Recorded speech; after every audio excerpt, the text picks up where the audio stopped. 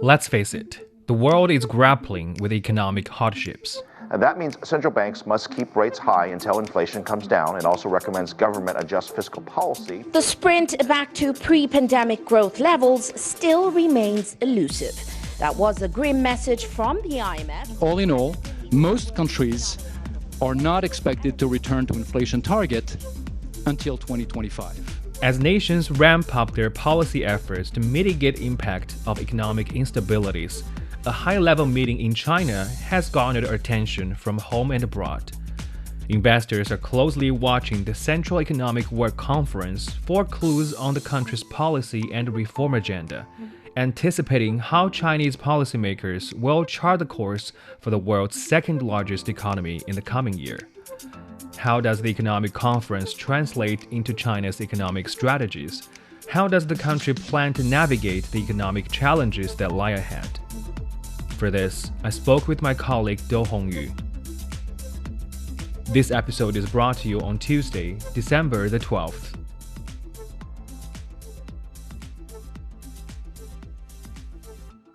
So there has been a lot of coverage and anticipation on the economic meeting at the end of the year.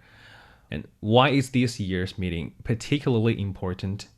Well, because 2023 is a quite difficult year both for China's economy and for the world economy. And specifically for China, it's facing challenges from both the external environment and from the inside the country. And externally, there are a lot of factors of risks that caused global economic instability. For example, the geopolitical conflicts in Europe and in the Middle East, as we can see.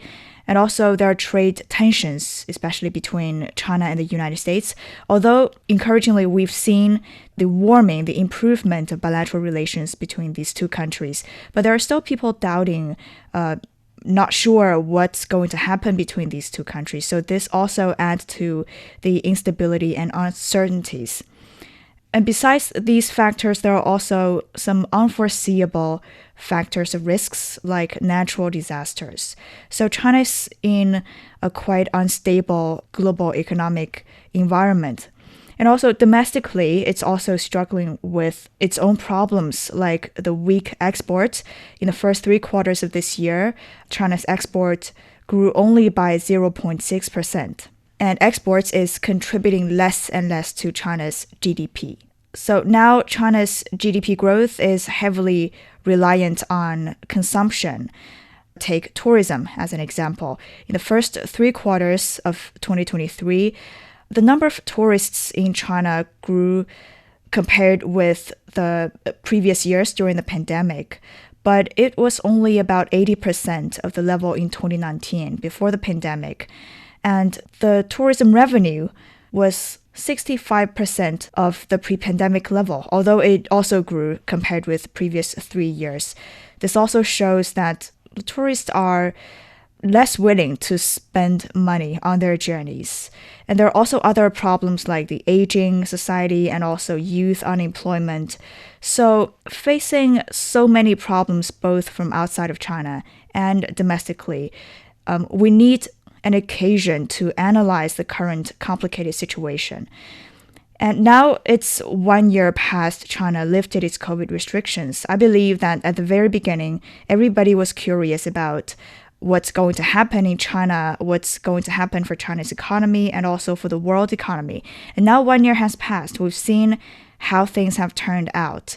So it is also a crucial time for us to analyze what's going on and look back in the past and also map out for the future. And that's why this year's meeting is particularly important. And the meeting has already concluded today. And from the readout from this meeting, how does China plan to address the challenges this year and some of the problems that you also mentioned earlier? Well, from this year's meeting, we can see that the basic tone is to maintain the stability while seeking for more possibilities for growth and investment. And the meeting has listed several key problems in many areas in China. For example, it is stressing expanding domestic demand, which is quite important because, as I said, now China's GDP growth is heavily reliant on domestic demand, although it is reviving right now, but it's not the level that we expected, like the level before pandemic. So this is absolutely one of the key issues China is facing right now. We've seen lots of measures being taken in the past year, and spurring domestic demand seemed not to be enough because the supply side has to catch up with the changes from the supply side. That's why this year's meeting is also stressing the supply side structural reform. Like, for example, this year, the camping industry has been booming during the past 11 months. If the consumers are buying like tents or chairs, those basic products for camping, it's okay for the country to produce more tents or chairs to make sure that Chinese consumers can get enough products for their camping needs. But when their needs for camping is upgraded, then you need to change according to the consumer's demands. For example, if the campers need recreational vehicles, you need to keep up with that. So there are still structural problems in terms of the supply side. So we need to make sure that the supply side can reform in time to keep up with the changes, to make sure that the potential of consumers can be fully tapped out. Other key issues mentioned by the meeting also includes the urbanization and rural vitalization. You know, China is pushing forward its own modernization, which stresses its common prosperity. And it is important to make sure that the middle income group is still growing. And the key is to let more rural villagers get more income and move to cities to make the middle income group continue to grow. And this burgeoning middle income group will also contribute to domestic consumption. So this will bring us longer benefits. And other areas also include innovation in technology and digital economy, and also reforms in key areas, and of course, expanding its high-level opening up and ensuring the continuous building of ecological civilization. So as we can see, this year's meeting is still stressing on various issues to make sure that the short-term benefits can be maintained and achieved, and we can also step a stable tone for long-term growth. So this is obviously not the first time we are hearing about this economic meeting at the year end. And if you look back to the history of China, this meeting wasn't there when the country was founded. And this meeting was created along the way of China's development. So why did China establish such a system at the first place? I mean, what was the historic background for the creation of this system? The meeting was first held in 1994. It was about 1.5 decades after China started reform and opening up. And 2 years before that, in 1992, China affirmed that it was going to step on the path of socialist market economy. That was quite a new concept. And the decade following 1992 was a crucial stage for China to make this socialist market economy take concrete shape. And back then, China was transforming from the planned economy to the market economy as a socialist country. That was a path never taken by anyone before. So China was like crossing the river by feeling the stones. And the success of such transformation required aggressive and resolute reforms on various fields. So it was important for China to strengthen the macroeconomic regulation ability. China rolled out a massive economic reform program, which covered quite a lot of areas. And I'll give you one example, like the tax reform. Before 1992, the local governments in China only paid a fixed amount of fiscal tax to the central government, and the local governments could determine their own budget expenditures without interference from the central government. This proved to be successful for a certain period of time, but that resulted in the central government being short of money for making macroeconomic regulations. the country started a comprehensive tax reform started in 1994 to increase the fiscal income of the central government so that it can have more money to provide social services, such as promoting compulsory education and the post-natural disaster reconstruction. That was just one example of this massive reform plan. So the year 1994 is considered by many experts as the year of reforms. So it is in this context of transformation from planned economy to the market economy that the very first Central Economic Work Meeting was held. And then it has been held every single year at the end of each year.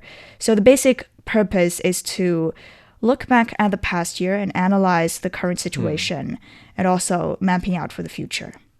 So it's been almost 30 years since the creation of this economic meeting system. How effective has this yearly meeting been in the past? The effects of this meeting seem to be more prominent during difficult times. And during the past 3 decades, one is in 1997 and the other is in 2008, when China was faced with the regional or global financial crisis. First, in 1997, China was affected by an Asian financial crisis that swept through Southeast Asia. Even before that year, China's state-owned enterprises were having very difficult times because they were suffering from huge losses. And the financial crisis in 1997 made their situation even worse. By the end of 1997, about 39%, let's say close to 40% of China's large and medium-sized state-owned and state-holding enterprises were at loss. So that year's economic work meeting set the target of carrying out reform on state-owned enterprises. That would definitely cause layoffs. So it also mentioned how to deal with laid-off workers, such as offering them new job opportunities, encouraging them to start their own businesses, and also offering them basic needs for their life. And also, the next year, 1998, was the first year of a new government term, and the new leaders started 3 years of reform on those state-owned enterprises. And that reform started with the textile industry because back then the textile industry in China was bearing the heaviest loss compared with other state-owned enterprises. It was at that time as important as the steel and iron industry now in China. The textile industry back then had 30% abundant stuff. That means 10 people were doing what could be done by 7 people. And those enterprises were saddled with excessive capacity and old facilities. So those enterprises were actually cumbersome organizations with low productive efficiency. So the government started to offer them subsidies for them to replace their old facilities. And the government also merged and bankrupted some of the enterprises in the textile industry. And those enterprises also set up re-employment service centers to make sure that the medical insurance and pensions of those laid-off workers are still paid. And that reform proved to be quite efficient. In the end of 1998, the loss in the textile industry in China was only 58% of that of the previous year. And the labor productivity grew by 85%. And these all happened in just 1 year after that year's meeting was held. If you look at all those state-owned enterprises, by the end of the year 2000, the number of state-owned enterprises still at loss was reduced from 39% to 20%. These all started from the 1997 meeting, when the decisions and plans were made to help the businesses and help the country get through the Asian financial crisis. That was the financial crisis in 1997. And then in 2008, the country had to deal with probably an even larger financial crisis. What about that time? In the year 2008, China was also severely hit by the global financial crisis because in that year, China had already been reforming and opening up for about 3 decades. And it was already a crucial player in the globalization, and it was highly reliant on foreign demands. The financial crisis has directly hit China's export. And between 2004 and the first half of 2008, China was trying to prevent overheated growth and inflation. And due to such financial crisis, China swiftly switched its direction to maintaining growth and to boost domestic demand. So the economic targets set by the 2008 Economic Work Meeting was to carry out stimulus plans to boost the domestic consumption.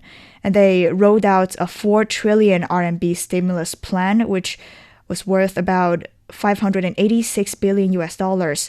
The money was spent in various fields. And here's an example. Starting from the year 2008 and 2009, China started to encourage people to buy home appliances. For example, the rural villagers can get 13% of discount if they buy home appliances like washing machines and colored televisions. And they can also get tax rebates if they want to buy domestic appliances, and they can also get tax breaks on fuel-efficient cars. And also nationwide, people can get 10% discount of price if they trade in old cars and household appliances for new ones. And that cost the central government about 7 billion yuan, or about 1 billion US dollars for the program.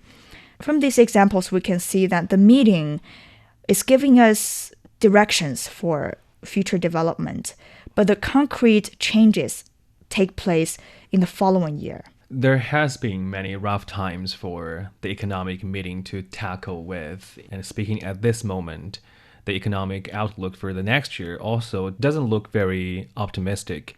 And for the meeting that just concluded today at the end of 2023, what kind of message is it trying to send to investors and people of the world? I believe this year's meeting is focusing on both stability and investment. First, about stability. This year's meeting is saying that we need to pursue progress while ensuring stability. And the progress, and this year it's bringing up a concept that is rarely used in China's economic documents or meetings, that is to make before break. There's a Chinese idiom, which is there's no breaking without making, which means that you need to first abolish the old systems, the old regulations and policies in order to establish new ones. But right now, China is saying that we need to make before breaking, which, personally speaking, I believe this is a sense of seeking more stability while seeking for improvement and reforms. Because China is trying to reduce the risks of economic breakdown and continuous economic slowdown by trying to make more cautious decisions. That's why we're saying making before breaking. And I believe that such stability is the source of confidence for the next year. Because firstly, stability can give people confidence to make investment and to buy new things instead of only keeping their money. It also gives confidence to investors and businesses and other countries to make investments in China. And also about the enhancement or improvement, this meeting said that we're going to carry out counter-cyclical regulation and cross-cyclical regulation. The first counter-cyclical regulation is to zoom in. It's to focus on the short-term economic ups and downs in our national development. For example, the central banks and governments would add stimulus to spur a slowing economy by changing interest rates or taxes or boosting infrastructure investment. These are all short-term regulations that help to smooth out the ups and downs in a short economical period. And the cross-cyclical regulation is to zoom out. It requires us to look at the economic development from a longer time horizon. Sometimes we need to take short-term pains for long-term gains. So that's why China is trying to push forward supply-side structural reform. and to pushing forward policies to reduce carbon emissions, to achieve green development, and to boost birth and increase urbanization. All these policies are to make sure that we can achieve long-term benefits. So stability and enhancement are the messages conveyed by this year's meeting. And I believe this is also a valuable message to the world, because stability is also what the world needs. As we've discussed, this meeting was first held at an era when China was crossing the river by feeding for the stones. And from the previous meetings, we can see the stones that has been stepped on. But now I believe that we're not just crossing the river. Now we're like on an ocean of globalization. And China is definitely one of the largest ships on this ocean. It's the second largest economy in the world. It has the second largest consumer market. And the stability of China will definitely add more certainties to the world uncertainties, the fluctuations and the headwinds. And the advancement of China and its growth will definitely be like a beacon light for many other economies that are also being influenced by the turbulences on this ocean. So I believe that what this meeting is conveying is not only the messages for people in China, but also for the rest of the world. Make before break. So there's a lot to look forward to in China's policies in the coming year. Exactly. Thank you, Hongyue. Thank you. As the first year after China emerged from the COVID-19 pandemic, the year 2023 has witnessed the resilience and steady recovery of the world's second largest economy. To sustain this momentum into the next year, the Central Economic Work Conference has pinpointed several key challenges, including insufficient demand, overcapacity in certain industries, weak social expectations, and a complex international environment. In the coming months, the decisions from the economic meeting will evolve into concrete policies across various government bodies. And that brings us to the end of this episode of Deep Dive. If you enjoyed what you just heard, don't forget to follow us on your podcast platform. Just search for Deep Dive. You can also leave comments to let us know what you want to learn about China and beyond. This episode is brought to you by me, Liu Yingqi, and my colleagues Zhang Zhang and Qi Zhi. Special thanks to CGTN radio reporter Dou Hongyu. I'll see you in the next one.